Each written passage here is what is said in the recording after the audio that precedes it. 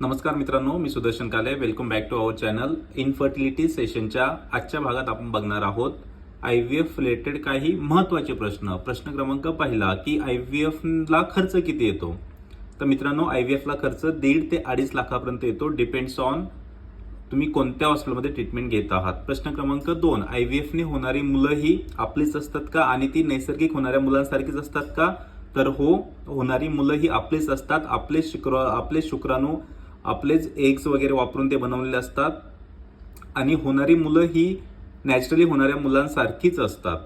प्रश्न क्रमांक 3, IVF ने फक्त बेबी बॉयज होतात का. तर नाही, IVF ने बेबी गर्ल आणि बेबी बॉय दोन्ही सुद्धा होतात. 50-50% चान्सेस असतात. प्रश्न क्रमांक 4 आहे,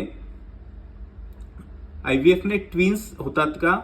तर मित्रांनो, असं नाही की ट्विन्सच होतील. डिपेंड आहे की तुम्हाला किती मुलं हवे आहे. तुम्हाला सिंगल चाइल्ड हवा आहे की ट्विन्स हवे आहे. तुम्ही तुमच्या डॉक्टर